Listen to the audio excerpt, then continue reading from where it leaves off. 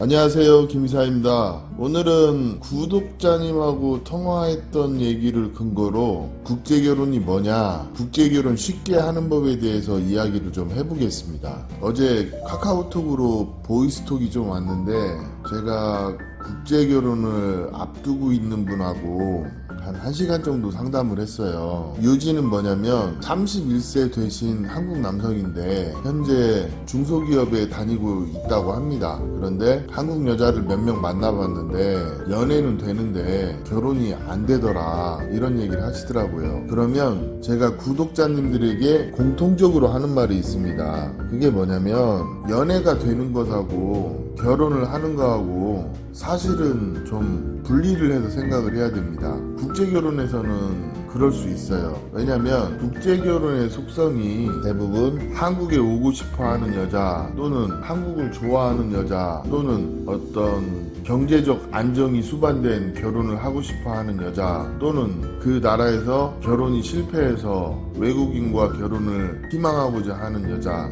대부분 보면 한 가지씩은 사연이 있거나 그에 대한 니즈가 있어서 국제결혼을 선택하는 여성이 있다는 거죠. 첫 번째는 이 부분을 알고 하는 게 중요하다는 겁니다. 예를 들어서 제가 이제 베트남을 주로 다니다 보니까, 그리고 베트남에서 사업을 하다 보니까 베트남 여자 같은 경우에는 크게 한 두세 가지로 나눠져요. 한국이 좋아서 한국에 오고 싶은데 사실 비자 받기도 어렵고 그러니까 결혼을 선택하는 여자들 좀 있죠. 그리고 한편으로는 이제 한국 남자들이 근면성실하고 또 나름대로 다정다감하니까 한국 남자들을 선호하는 여자들도 좀 있습니다. 이거는 팩트인데 한국 남자 만나본 여자들은요, 한국 남자하고 결혼하는 것을 희망하는 여자들도 많아요. 그런데 그게 근자감 쩌는 그런 남자들 얘기가 아니라 평균적인 사고방식을 가진 한국 남자들이 그만큼 베트남 여성에게 메리트가 있다고 합니다. 제가 봐도 그래 보이고.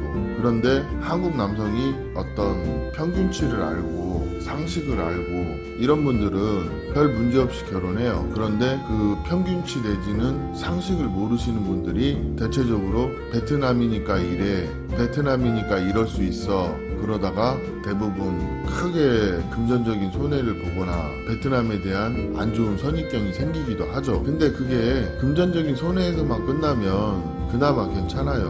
문제는 정신적인 데미지를 입고 결혼은 국제결혼에 대한 부정적인 선입견이 생겨서 본인 스스로 결혼을 하기 어려워지는 케이스도 있다는 거죠. 이런 케이스가 의외로 많아요. 근데 제가 대체적으로 보면 베트남 여성들 같은 경우 남편이나 남자친구가 관심을 가져주고 늘 칭찬해주면 된다, 이런 얘기를 많이 해요. 사실 그래요. 제 주변에도 그런 분들이 많죠. 그럼 국제결혼 잘하고 쉽게 하는 법은 일단은 여러 나라가 있겠지만 우선 결혼하려는 나라를 선택을 하는 거예요. 이게 나라마다 좀 여자들이 성향이 달라요. 저희는 주로 베트남을 하다 보니까 베트남 여성에 대한 얘기를 할 수밖에 없잖아요. 저는 베트남밖에 몰라요, 사실. 그렇지만 적어도 베트남에 대해서는 얘기를 할 수 있다는 거죠. 일단 내가 결혼하려는 나라의 문화나 사회적인 상황이나 이 나라 사람들이 왜 한국 남자와 결혼하는지 이해하는 게 첫 번째고요. 그 다음에 그 나라 여성들의 일반적인 특징, 이런 것들 아는 게 중요하고, 그 다음에 세 번째, 내가 국제결혼을 왜 하려고 하는지 한번 생각해 보시고 내 결혼에 대한 준비는 되어 있는지 한번 생각해 보셔야 돼요. 일단 국제결혼을 생각하신다면 국제결혼의 특징이 외국에서 신부를 데려와서 한국에서 결혼 생활을 하는 겁니다. 그러면 내가 준비가 필요한 게 몇 가지가 있어요. 일단 금전적인 부분, 와이프가 들어와서 1년까지 생활하는데 들어가는 돈까지 준비를 하는 게 제가 볼 땐 맞는 것 같아요. 연봉 3천 기준으로 1년치 연봉 정도는 미리 준비하고 시작을 하셔야 아내가 안정적으로 정착하는 데 도움이 됩니다.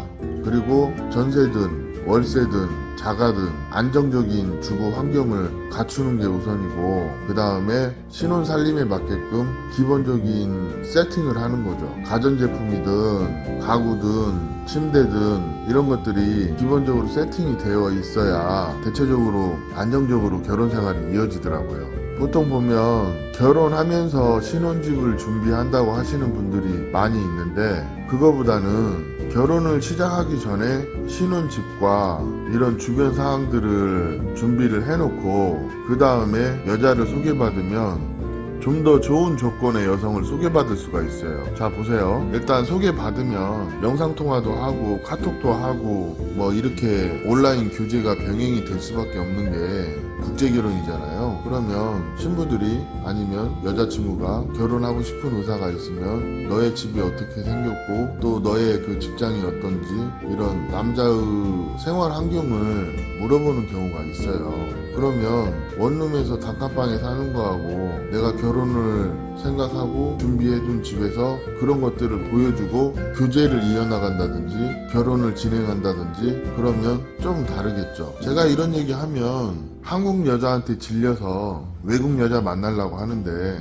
속물 근성이 있는 여자를 만나려면 국제결혼까지 뭐하러 하냐 이런 얘기를 하시는 분들도 아마 있을 겁니다. 근데 그거는 남자가 현실적인 감각이 없는 거예요. 저는 그렇게 생각해요. 여자는요 남자보다 지극히 현실적이고 지극히 세속적입니다. 남자분들이 착각을 하는 게 뭐냐면 착하고 나에게 순종적인 여자를 찾는데 그거는 그냥 어떻게 보면 일종의 내숭일 수도 있어요. 아니면 신부들이 좀 어려서 아예 모르든가 그런 경우 아니면 거의 없어요. 차라리 그거보다 여우 같고 좀 똑똑하고 좀 오히려 이런 세속적인 여자가 더 나올 수도 있어요. 그렇기 때문에 한국 남자가 베트남 여자한테 대접을 받는 것일 수도 있어요. 솔직히 19살, 20살, 뭐 22살, 23살, 25살짜리 여자가 30대 후반, 40대 초반, 더러는 50대까지 결혼이 성립이 되는 이유가 뭘까요? 단순합니다. 한국이란 나라가 잘 살기 때문에 한국에 대한 환상이 어느 정도 있는 것도 있지만 한국 남자가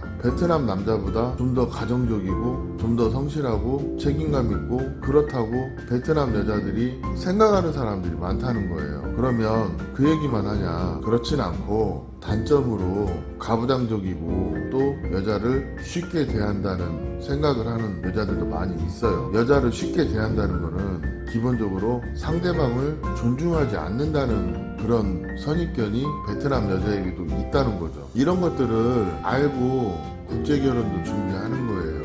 제가 국제결혼을 얘기할 때 라오스도 있고 요즘 미얀마도 하고 태국도 하고 뭐 필리핀, 베트남 많잖아요. 이게 나라들이 더러는 러시아도 있고 중앙아시아도 있고 근데 국제결혼은 일맥상통하는 부분이 있어요. 일단은 내 준비가 어느 정도 되어 있는지 자신이 냉정하게 한번 돌아봐야 돼요. 그리고 국제결혼도 결론은 결혼이기 때문에 결혼에 대한 준비, 금전적인 부분, 심적인 안정감, 그리고 결혼의 환경적인 요소가 나에게 준비가 되어 있는지 사실은 이걸 보는 게 먼저고 그 다음에 내가 어떤 나라의 여성을 희망하는지 생각해보고 그 다음에 그 나라에 대한 정보 수집을 하고 그 다음에 그 나라 여성을 만나보고 이 정도면 할 수 있는지 없는지 판단을 해보는 그런 사전 단계를 거치는 것도 중요하다는 거죠. 그러면 이런 정보를 어디서 쉽게 취할 수 있을까요? 예를 들어서 내가 베트남 국제결혼을 하고 싶다 그러면 주변에 있는 한배 부부들을 좀 수소문을 해보세요. 그러면 잘 사는 사람도 있고 헤어진 사람도 있고 그럴 거예요. 그렇게 또는 유튜브를 통해서 한배 부부들의 일상을 본다든지 아니면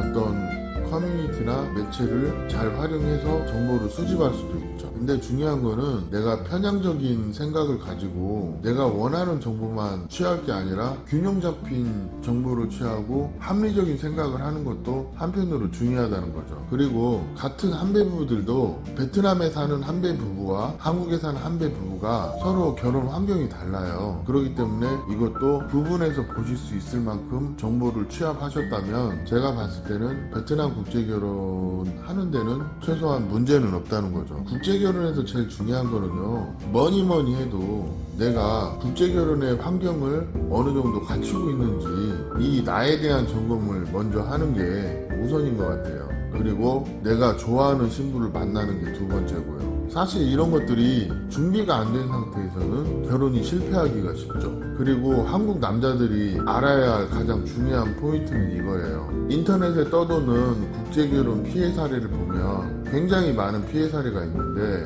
국제결혼 피해와 국제결혼 실패를 좀 구분하셔야 되는데 그런 인터넷에 글을 올리고 떠드시는 분들의 대부분의 논리는 나는 잘못한 거 없다 아니면 자신의 잘못에 대해서는 일절 얘기하지 않고 베트남 여자가 돈돈돈 한다 베트남 여자가 결혼의 의도가 좋지 않았다 베트남 여자가 집을 나갔다 이렇게 얘기하는 정보들이 많기 때문에 이런 거를 어느 정도 상대 입장에서도 왜 그랬을까 한번 생각해보면 국제결혼에 도움이 되는 경우도 많이 있습니다. 실제 그래요. 그렇기 때문에 국제결혼에서 중요한 거는 양쪽의 균형 잡힌 정보를 취할 줄 아는 것이 중요하다는 얘기를 꼭 드리면서 내가 국제결혼의 실패와 피해를 구분할 줄도 알아야 된다는 거예요. 이거 구분하는 법 간단해요. 국제결혼 진행에서 제일 중요한 포인트는 뭐니 해도 내가 결혼을 진행하려는 상대 여성의 신뢰를 얻는 게 중요한 거예요. 가끔 보면 내가 결혼하려는 아내가 될 여성을 좀 아래로 보시는 분들이 있어요. 쉽게 생각하고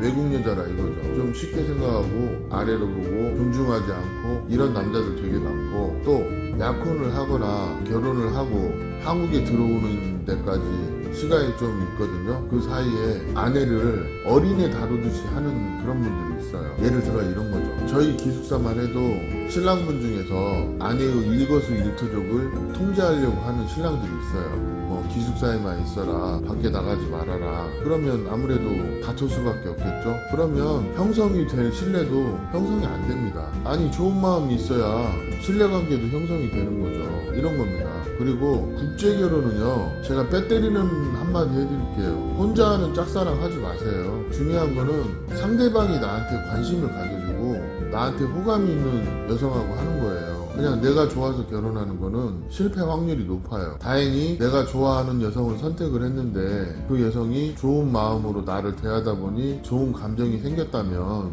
그나마 괜찮은데 이게 결혼이 어떤 ATM기가 되거나 또는 돈을 목적으로 결혼했거나 한국에 가기 위한 수단으로 결혼했다 그러면 그거는 국제결혼 피해일 수도 있지만 한편으로 본인이 인지하지 못해서 생기는 국제결혼 실패의 단초가 될 수도 있다는 거예요. 이런 부분들이 사실은 국제결혼에서 중요한 부분들입니다. 보통 보면 베트남 국제결혼만 하더라도 몰랐다는 분들이 너무 많아요. 근데 제 거 유튜브만 봐도 영상이 100개가 넘습니다. 그러면 이것만 한번 쭉 봐도 국제결혼 하는데 최소한 이렇게 하면 사기는 안 당한다 그런 얘기를 해드리고 싶어요. 제가 무슨 뭐 업체결혼, 개인결혼 이거 구분하는 거 아닙니다. 그냥 있는 팩트를 얘기하는 거예요. 일단은 국제결혼 생각하시면요 최소한 생활이 가능한 환경을 먼저 만들어 놓으시고 그리고 내가 선호하는 나라 그리고 선호하는 여성 이런 스타일을 반영을 해서 국가를 선택하시고 나에게 적극적인 여자를 만나시는 게 중요한 거예요. 그 정도 하시고 좀 여건이 되신다면 돈도 좀 써가면서 마음 얻으세요. 그래봤자 한 몇백이에요. 결혼 실패하고 다시 결혼 준비하는 비용에 비하면 그게 더 현명할 수도 있습니다. 국제결혼은요 잘 준비해서 한 방에 빠르게 끝내는 게 최선입니다. 이거는 정확해요. 왜? 숫자가 말해줘요. 그리고 내가 국제결혼을 할 때 베트남만 해도 잘 사는 7명을 보고 할 것인지 실패하는 2~3명을 보고 할 것인지 여기서부터 선택이 시작되고 또 내가 국제결혼을 선택했고 아내가 생겼으면 좀 어떤 깡다구 있게 아내를 믿어주고 결혼을 쭉 추진하는 배포도 필요하다는 거죠. 이게 사실은 국제결혼의 핵심 중에 핵심입니다. 그래서 국제결혼도 남자가 영리하고 현명한 사람이 성공하는 거예요. 오늘 이야기는 여기까지 하겠습니다.